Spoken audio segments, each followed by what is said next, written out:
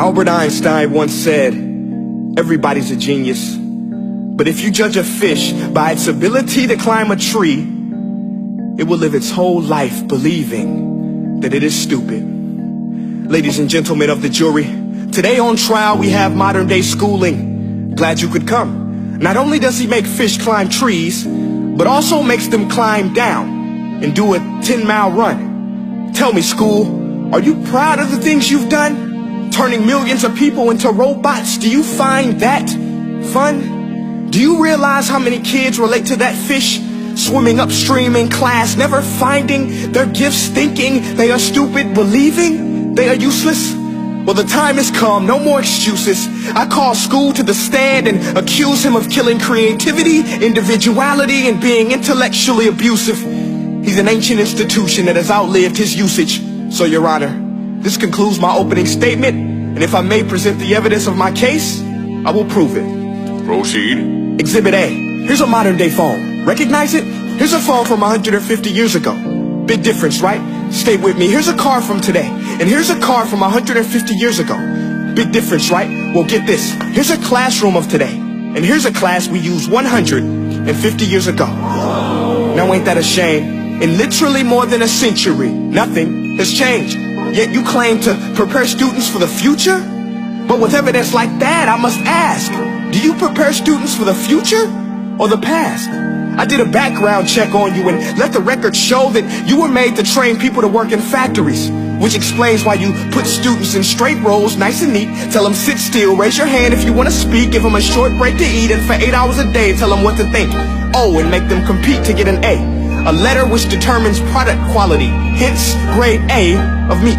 I get it. Back then, times were different. We all have a past. I myself am no Gandhi. But today, we don't need to make robot zombies. The world has progressed. And now we need people who think creatively, innovatively, critically, independently, with the ability to connect.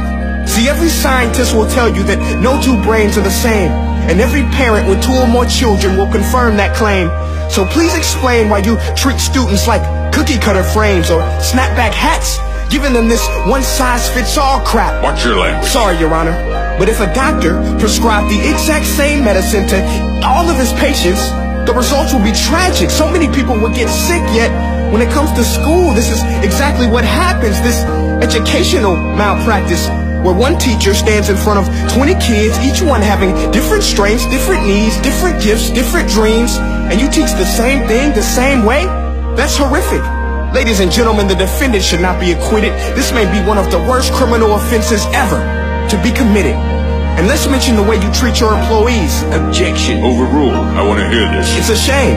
I mean, teachers have the most important job on the planet, yet they're underpaid? No wonder so many students are short-changed. Let's be honest. Teachers should earn just as much as doctors, because a doctor can do heart surgery and save the life of a kid. But a great teacher can reach the heart of that kid and allow him to truly live. See, teachers are heroes that often get blamed, but they're not the problem. They work in a system without many options or rights. Curriculums are created by policymakers, most of which have never taught a day in their life. Just obsessed with standardized tests. They think bubbling in a multiple choice question will determine success. That's outlandish. In fact, these tests are too cruel to be used and should be abandoned, but don't take my word for it. Take Frederick J. Kelly, the man who invented standardized testing, who said, and I quote, "These tests are too cruel to be used and should be abandoned." Ladies and gentlemen of the jury, if we continue down this road, the results will be lethal. I don't have much faith in school, but I do have faith in people.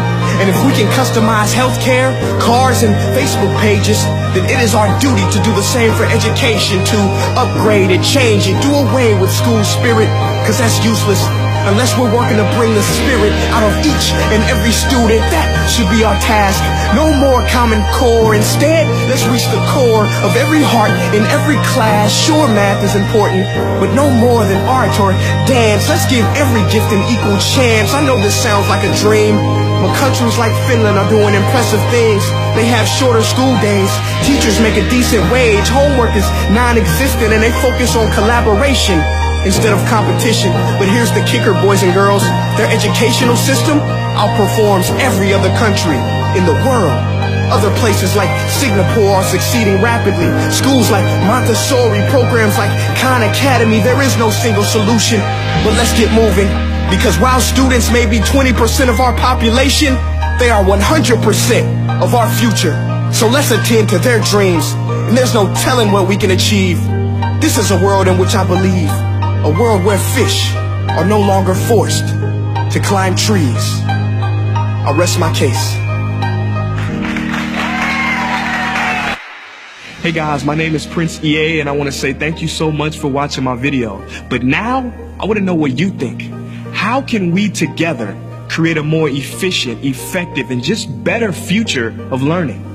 I want you to visit nestday.com/preorder the future and share your thoughts and ideas on the topic. Peace.